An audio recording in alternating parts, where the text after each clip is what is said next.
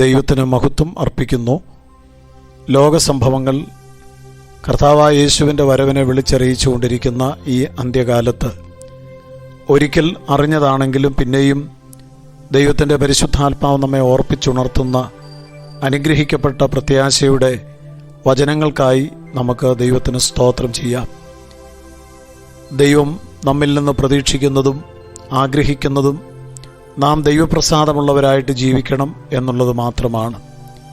കാഹളം ധ്വനിക്കും, മരിച്ചവർ ഉയർക്കും, ജീവനോടെ ശേഷിക്കുന്ന നാം ഓരോരുത്തരും കർത്താവിനെ എതിരേൽപ്പാൻ മേഘങ്ങളിൽ എടുക്കപ്പെടും എന്ന് ദൈവവചനത്തിൽ വായിക്കുന്നുണ്ട്.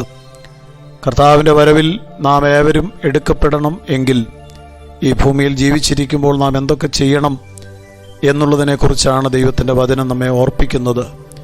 ഇഹലോകത്തിലേക്ക് നാം ഒന്നും കൊണ്ടുവന്നിട്ടില്ല, ഇവിടെ നിന്ന് യാതൊന്നും നാം കൊണ്ടുപോവുകയുമില്ല.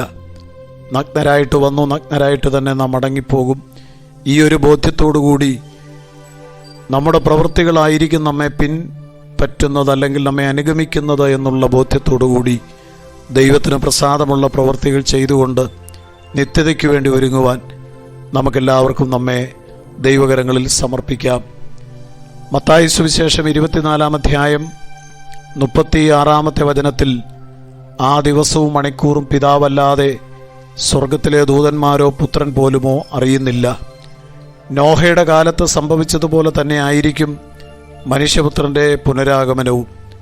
പ്രളയത്തിനു മുമ്പുള്ള ദിവസങ്ങളിൽ നോഹ പെട്ടകത്തിനുള്ളിൽ പ്രവേശിച്ച ദിവസം വരെ ജനം ഭക്ഷിച്ചും പാനം ചെയ്തും വിവാഹം കഴിച്ചും വിവാഹം കഴിപ്പിച്ചും സസുഖം ജീവിച്ചു വന്നു. പ്രളയം വന്ന എല്ലാവരെയും നശിപ്പിച്ച് കളയുന്നതുവരെ എന്താണ് സംഭവിക്കുവാൻ പോകുന്നതെന്ന് ആരും മനസ്സിലാക്കിയില്ല. മനുഷ്യപുത്രൻ്റെ പുനരാഗമനവും അങ്ങനെ തന്നെ ആയിരിക്കും. ഇത് വാക്കുമാറ്റി പറയാത്ത, വിശ്വസ്തനായ, ഒരിക്കലും സ്വഭാവം ത്യജിക്കുവാൻ കഴിയില്ലാത്ത കർത്താവായ യേശുക്രിസ്തുവിൻ്റെ വാക്കുകളാണ്. യേശു പറഞ്ഞത് മനുഷ്യപുത്രൻ്റെ പുനരാഗമനവും അങ്ങനെ തന്നെ ആകും. ജലപ്രളയം വന്ന് എല്ലാവരെയും നശിപ്പിച്ച് കളയുന്നത് വരെ എന്താണ് സംഭവിക്കുവാൻ പോകുന്നതെന്ന് ആരും മനസ്സിലാക്കിയില്ല. നോഹയുടെ കാലത്തിൻ്റെ പ്രത്യേകത ഇവിടെ പറയുന്നു. നോഹ പെട്ടകത്തിനുള്ളിൽ പ്രവേശിച്ച ആ ദിവസം വരെ ജനങ്ങൾ ഭക്ഷിച്ചും പാനം ചെയ്തും വിവാഹം കഴിച്ചും വിവാഹം കഴിപ്പിച്ചും സസുഖം ജീവിച്ചു വന്നു. ഈ അന്ത്യകാലത്തും സുഖമായിട്ട് ജീവിക്കുന്ന ആളുകളുടെ എണ്ണം വർദ്ധിച്ചു വരികയാണ്. ജീവിതം സുഖിക്കുവാനുള്ളതാണ്. അതിനേതു മാർഗവും അവലംബിക്കാം. സുഖജീവിതമാണ് എല്ലാവരും ആഗ്രഹിക്കുന്നത്. വിദേശ രാജ്യങ്ങളിൽ ചേക്കേറുന്നതും വലിയ ബിസിനസ്സുകളിൽ ഏർപ്പെടുന്നതും സുഖജീവിതം സ്വപ്നം കണ്ടുകൊണ്ടാണ്. സുഖിക്കുക, തിന്നുക, കുടിക്കുക, ആനന്ദിക്കുക, നാളെ മരിക്കുമല്ലോ എന്നുള്ള ചിന്താഗതി ഈ അന്ത്യകാലത്ത് വളരെ വർദ്ധിച്ചിരിക്കുന്നു. അന്ത്യകാലത്ത് ഭോജനപ്രിയരുടെ എണ്ണം ക്രമാതീതമായി വർദ്ധിച്ചിരിക്കുന്നു എന്ന് നമുക്കെല്ലാവർക്കും അറിയാം. നമ്മുടെ കർത്താവായ യേശു ഇക്കാര്യം മുന്നറിയിപ്പിൽ തന്നിട്ടുണ്ട്. നിങ്ങളുടെ ഹൃദയം അതിഭക്ഷണത്താലും മദ്യപാനത്താലും ഉപജീവന ചിന്തകളാലും ഭാരപ്പെട്ടിട്ട് ആ ദിവസം നിങ്ങൾക്ക് പെട്ടെന്ന് കണി പോലെ വരാതിരിപ്പാൻ സൂക്ഷിച്ചുകൊള്ളുവിൻ. അത് സർവ്വഭൂതലത്തിലും വസിക്കുന്ന ഏവർക്കും വരും എന്ന് ലൂക്കോസിൻ്റെ സുവിശേഷത്തിൽ യേശു കർത്താവ് രേഖപ്പെടുത്തിയത് നമുക്ക് വായിക്കുവാൻ സാധിക്കും. ഒരു വശത്ത് പട്ടിണിയും ദാരിദ്ര്യവും ലോകത്ത് കാണുന്നുണ്ട്. എന്നാൽ മറുവശത്ത് സുഖജീവിതത്തിൻ്റെ ഭാഗമായിട്ട് അമിതമായ ഭോജനങ്ങളും അതിനോടനുബന്ധിച്ചുള്ള കാര്യങ്ങളും ആണ് സമൂഹത്തിൽ നടന്നുകൊണ്ടിരിക്കുന്നത്. കൊതിയൂറുന്ന പുതുപുത്തൻ ഭക്ഷണ വിഭവങ്ങൾ തീന്മേശകളിൽ നിറയുകയാണ്. സാധാരണ ഭക്ഷണങ്ങളിൽ ആരും തൃപ്തരല്ല. വീട്ടിൽ ആഹാരം വെച്ച് കഴിക്കുന്ന ആ അനുഭവങ്ങളൊക്കെ കുറഞ്ഞു വരികയാണ്.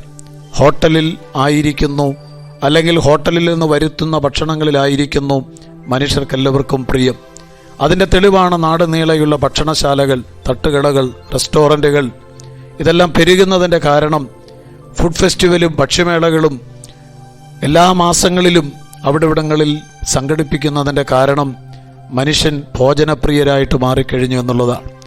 തിന്നുവാൻ വേണ്ടി മാത്രം ജീവിക്കുന്ന ഒരു കൂട്ടം മനുഷ്യരുടെ ലോകമായിട്ടിത് മാറിക്കഴിഞ്ഞു. അതിൻ്റെ തെളിവുകളാണ് നാട് നീളെയുള്ള ഭക്ഷണശാലകൾ, തട്ടുകടകൾ, റെസ്റ്റോറൻറ്റുകൾ, വലിയ വലിയ ഹോട്ടലുകൾ, ഇതെല്ലാം ഇതിൻ്റെ പരസ്യമായ തെളിവുകളാണ്. എവിടെ 10 ആൾ കൂടിയാലും അവിടെ തീനും കുടിയും മാത്രമാണ് അവിഭാജ്യ ഘടകം തന്നെ. തിന്നാനും കുടിക്കാനും വേണ്ടി മാത്രമാണ് പാർട്ടികൾ സംഘടിപ്പിക്കുന്നത്. പ്രിയപ്പെട്ടവരെ, നോഹയുടെ കാലത്തും ഇതുതന്നെയായിരുന്നു. അവർ ജലപ്രളയം വന്നവരെ നശിപ്പിക്കുന്നതുവരെ തിന്നും കുടിച്ചും സസുഖം ജീവിച്ചു എന്നാണ് ആ കാലഘട്ടത്തെക്കുറിച്ച് പറഞ്ഞിരിക്കുന്നത്. കർത്താവായ യേശു തൻ്റെ വിശുദ്ധ ദൂതന്മാരുമായി സഭയെ ചേർക്കുവാൻ വരുന്നതുവരെ നോഹയുടെ കാലത്ത് നടന്ന സംഭവങ്ങളുടെ ആവർത്തനങ്ങൾ അന്ത്യകാലത്തും നടക്കും എന്ന് കർത്താവ് മുന്നറിയിപ്പ് തന്നിരിക്കുകയാണ്. ഒരു വശത്ത് പട്ടിണിക്കോലങ്ങൾ അനേകായിരങ്ങൾ ഈ ലോകത്ത് കഴിയുമ്പോൾ, മറുവശത്ത് സുഖിച്ച് പുളച്ച് മതിച്ച് ജീവിക്കുന്ന ഭോജനപ്രിയരായ, ഭക്ഷണപ്രിയരായ, മദ്യപാനികളായ, സുഖജീവിതം നയിക്കുന്നവരായ ഒരു സമൂഹം നമ്മുടെ മുമ്പിൽ ഉയർന്നു വരുമ്പോൾ ഓർത്തുകൊള്ളുക, ഇതൊന്നും യാദർച്ഛികമല്ല. ഇത് നോഹയുടെ കാലം പോലെ ഉള്ള ഒരു കാലത്തിലേക്കുള്ള കടന്നുപോക്കാണ്. അതുകൊണ്ട് ഇതൊക്കെ കാണുമ്പോൾ നമ്മുടെ തല ഉയർത്തിക്കൊള്ളണം. നമ്മുടെ രക്ഷകൻ മടങ്ങി വരാറായി. കർത്താവ് താൻ ഗംഭീരനാദത്തോടും പ്രധാന ദൂതന്റെ ശബ്ദത്തോടും ദൈവത്തിൻ്റെ കാഹളത്തോടും സ്വർഗത്തിൽ നിന്നിറങ്ങി വരുവാൻ സമയമായി. ക്രിസ്തുവിൽ വിശ്വസിക്കുന്നവർ തീർച്ചയായും അവനെ എതിരേൽപ്പാൻ എടുക്കപ്പെടും. ആ വരവിൽ നാമം കാണപ്പെടട്ടെ. നമുക്കതിനു വേണ്ടി പ്രാർത്ഥിക്കാം. സ്വർഗസ്ഥ പിതാവേ, തിരുനാമത്തിന് സ്തോത്രം. അവിടെ ഞങ്ങളെ കേൾപ്പിച്ച നിത്യജീവ മൊഴികൾക്കായി നന്ദി പറയുന്നു. പ്രാർത്ഥന കേട്ടതുകൊണ്ട് നന്ദി. അങ്ങയുടെ വരവിനു വേണ്ടി ഞങ്ങൾ ഒരുക്കപ്പെടുവാൻ കൃപ ചെയ്യണം. ക്രിസ്തുയേശുവിൻ്റെ നാമത്തിൽ തന്നെ, ആമേൻ.